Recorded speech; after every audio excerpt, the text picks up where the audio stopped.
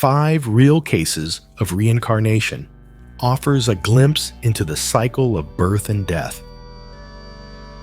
The cycle of birth and death is one of the fundamental theories of Buddhism, which posits that living beings constantly cycle through the 6 realms until they achieve liberation.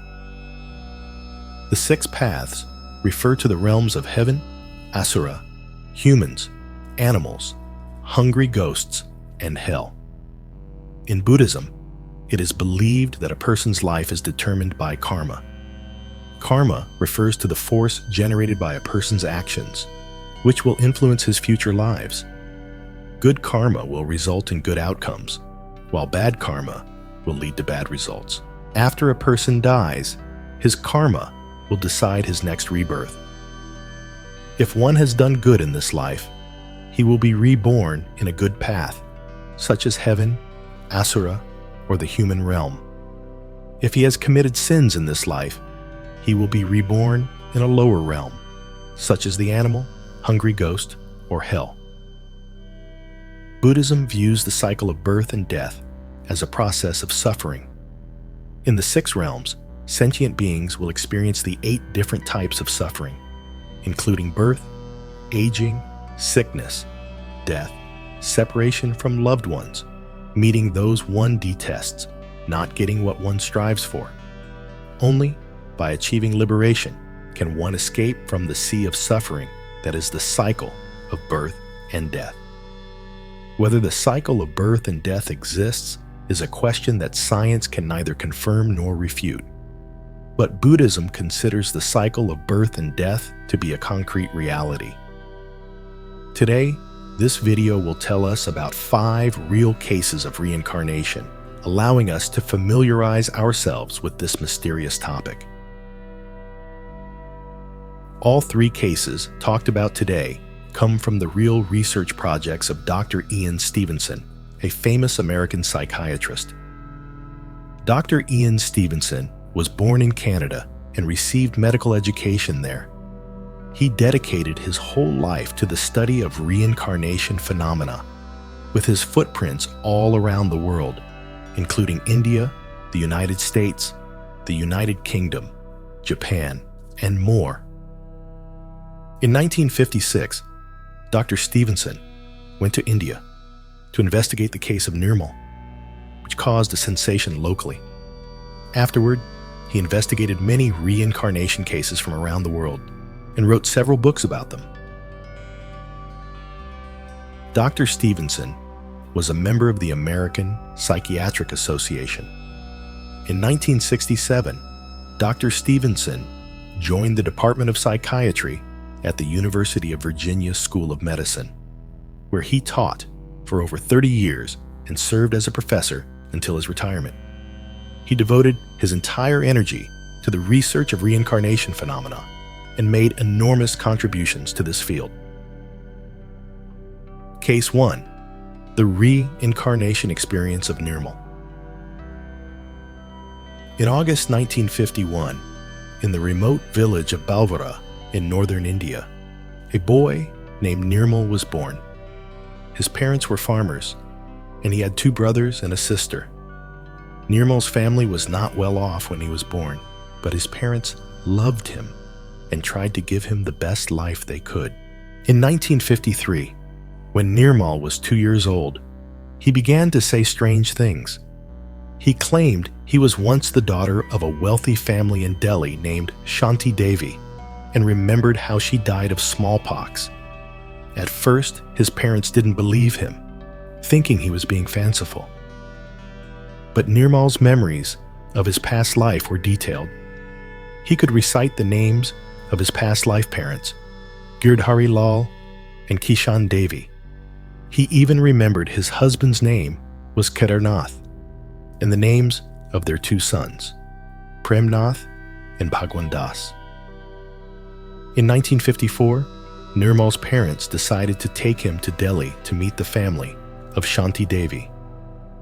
Upon meeting, Nirmal immediately recognized them and even knew details that only Shanti Devi would know. For instance, Nirmal claimed that Shanti Devi's family had a dog named Bhola, the family confirmed they indeed had a dog by that name. He mentioned that Shanti Devi's mother, Kishan Devi, had a mole on her face, another detail confirmed by the family. As such, Shanti Devi's family was incredibly shocked and believed Nirmal to be the reincarnation of Shanti Devi. His case attracted the attention of many, and researchers investigated his extraordinary claims. In 1956, Dr. Ian Stevenson delved into Nirmal's case and found that his knowledge about his past life coincided with Shanti Devi's family's accounts. Nirmal grew up to become a teacher, leading an ordinary life, married and raising children. However, he never forgot his past life memories and often recounted his experiences in hopes of helping people understand the concept of the cycle of birth and death. Nirmal passed away due to illness in 2007, and following his wishes, was buried next to Shanti Devi's grave in Delhi. Case 2. The reincarnation experience of Rachel McLean. Born in Chicago in 1957, Rachel McLean was a carefree child. Her parents were both doctors, and she had a brother. At the age of 6, Rachel began to make strange proclamations that she was the reincarnation of a 19th century British woman named Susan Hathaway, a lower-class woman born in 1820 who had 6 children. Rachel shared vivid recollections of Susan's life circumstances, the names of her children, the look of the house she lived in, and even described daily life in rural England during the 19th century, a time she could have no practical knowledge of. For example, she detailed the process of collecting eggs from hens, how to prepare meals with minimal resources, how to wash clothes by hand, and how to make soap with lye. This thoroughly perplexed her parents, who were born and raised in the city and never exposed Rachel to this kind of environment. This made them start considering the possibility of reincarnation. Similarly, Rachel's case attracted the attention of Dr. Stevenson, who traveled to Chicago to study her case in detail. He was taken aback by Rachel's intricate descriptions, which were highly unlikely to have been fabricated by a 6-year-old. Despite the skepticism faced from society and their family, Rachel's parents stood by their daughter's claims. They even contacted the British government for records of a Susan Hathaway who matched Rachel's description and found official documents confirming her descriptions. Against all odds, Rachel continued to live a normal life while adhering to her belief in reincarnation. She went on to attend university and became a distinguished professor of history, specializing in 19th century Europe. Last, let's talk about James Lininger, one of the youngest people ever documented to recall past life memories. When he was just 2 years old, this Louisiana boy started telling tales of being a World War II pilot, Lieutenant James McCready Houston, who was shot down over Iwo Jima. Case 3. The reincarnation experience of James Lininger. James was born on April 10, 1998, to Bruce and Andrea Lininger. Bruce was a human resources director, and Andrea was a homemaker. James loved planes and often asked for toy planes to play with. James's story stands out because his claims begin when he was just 28 months old. He soon started having nightmares, screaming in his sleep, "Airplane crash! Plane on fire! Little man can't get out." He described the plane he was flying as a Corsair, which he said was shot down by the Japanese and crashed into the ocean. His parents were initially perplexed and worried, especially when James started to talk about his previous life. Remarkably, he narrated his death in detail, as if he had personally experienced it. He spoke vividly of the chaos, the smoke, the heat of the fire, and his struggle to escape from the sinking aircraft.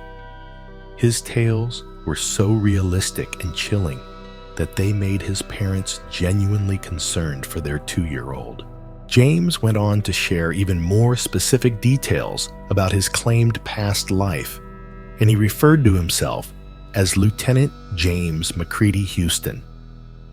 He said he had flown off a ship called the Natoma, and his plane was hit on the engine side. The engine-related detail was intriguing because Corsairs were notorious for engine fires.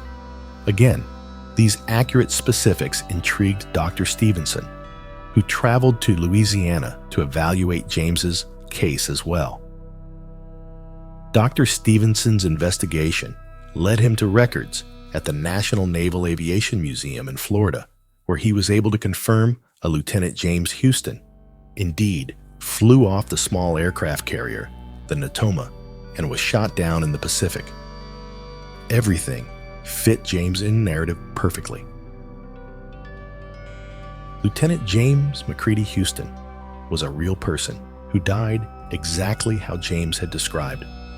The Lieutenant Houston's plane was hit in the engine by Japanese fire over the Pacific Ocean, causing it to crash just as James had described in his seemingly innocent bedtime stories.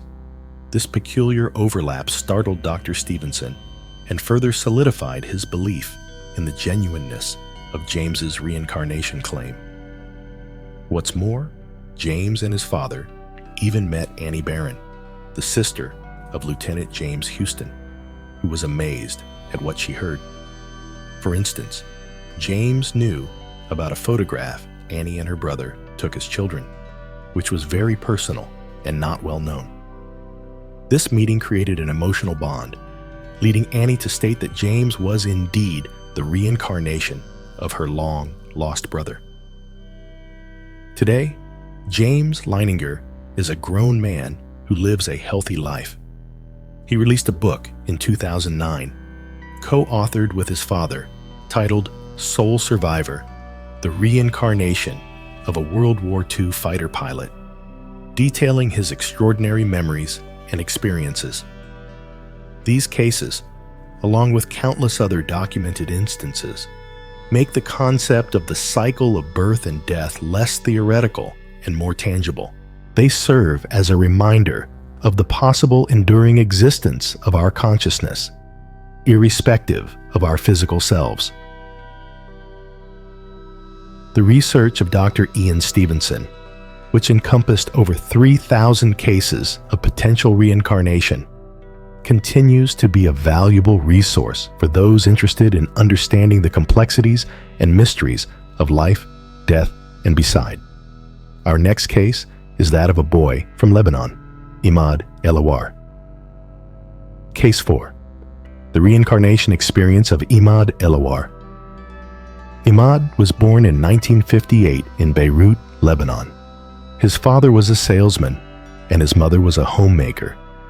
Imad was their first child, followed by a younger sister. At 25 months old, Imad started to describe a past life in a village about 25 kilometers from his house. He claimed he was a man named Fuad Asad Karaji, living in a village named Karibi, married to a woman named Jamila. Imad detailed aspects of his past life, including his physical appearance, his vibrant olive orchard, 24 goats he owned, and a particular mare he dearly loved. He would often plead with his parents to take him back to Karibi. Intrigued by his assertions, his parents decided to investigate. They dressed Imad and took him to Karibi. As they neared, Imad started to recognize places, guiding his father to Fuad's house, even though he had never been there before. Upon reaching, Imad recognized Fuad's widow, Jamila, and her son, Fakhor. If that wasn't surprising enough, Imad also recognized Fuad's brother, and even mentioned an incident when Fuad's mare was shot and had to be euthanized, constantly pointing out that they replaced the mare with a mule, a fact that Jamila and Fakhor confirmed. Dr. Stevenson, who found particularly fascinating cases in the East and had also investigated Imad's case, was disappointed for not being able to discover many birthmarks that would be attributable to a previous life. But the detailed memories and behavior of Imad were enough to convince him of the validity of Imad's claims. As with our previous cases, Imad grew up to lead a normal life, working as a car mechanic, marrying, and fathering children. However, his vivid memory of being Fuad and residing in Kribi never faded. He even took care of Fuad's wife, Jamila, until she passed away and remained connected to his past life's family. When Fuad's son, Fakhr, decided to immigrate to America, Imad felt like he was losing a part of himself. Despite the distance, they remained close and frequently kept in touch. Fakhr believes Imad to be his biological father, reincarnated. All these cases illustrate that the memories of past lives can last through childhood and can remain bright and persistent throughout one's life. The extensive work done by researchers like Dr. Stevenson provides us with insights into these experiences and reinforces the debate on the existence of reincarnation. The question remains, is reincarnation just an intriguing theory, or is there a hidden truth that transcends our understanding of life and death? The answer lies in our willingness to explore. Our final case is perhaps one of the most traceable and extensively studied instances of reported reincarnation. The story of the Barab Boy is a fascinating tale that showcases the intricate details of past life memories a child can possess. Case 5. The reincarnation experience of Cameron Macaulay, the Barab Boy. Cameron was born in 1999 in Glasgow, Scotland. His fascination with a far-off island called Barra started unfolding when he was 2. He often dreamt of a white house on the beach, recalling details that he couldn't have possibly known living in an urban city. Cameron's stories about his previous life on the island of Barra were so consistent that his mother, Norma, decided to investigate. Cameron claimed he was part of the Robertson family, living in a white house near the beach, and spending his days playing with his black and white dog. He even remembered airplanes landing on the beach, which was an unusual but factual characteristic of Barra's airport. Norma, struggling with the uncertainty and curiosity, decided to contact Dr. Jim Tucker, a child psychiatrist from the University of Virginia, who had been following the work of Dr. Stevenson. Dr. Tucker found Cameron's claims compelling enough to accompany Norma and Cameron to Barra. Upon reaching Barra, they found the house exactly as Cameron described, and his past life memories became even clearer. He recognized the rooms, the view from the window, and was even able to describe changes that had been made to the house since his death, which were confirmed by the current owners. Additionally, Dr. Tucker found a family named Robertson that lived in that house in the past, validating Cameron's claims. However, no trace of the person Cameron claimed to be in his past life was found.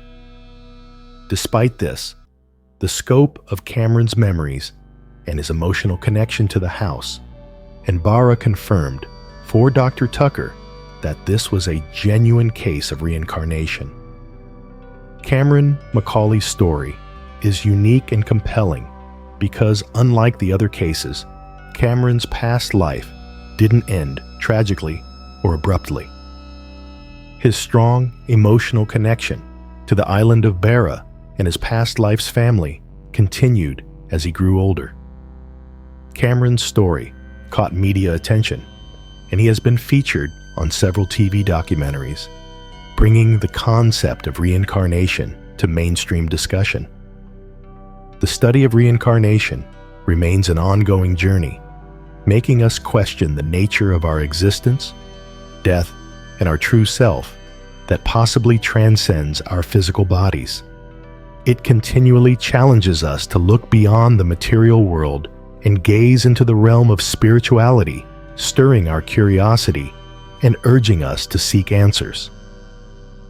While science and faith often remain at crossroads, stories of reincarnation merge these avenues, creating a crossroad between the tangible and intangible, science and spirituality, life and death.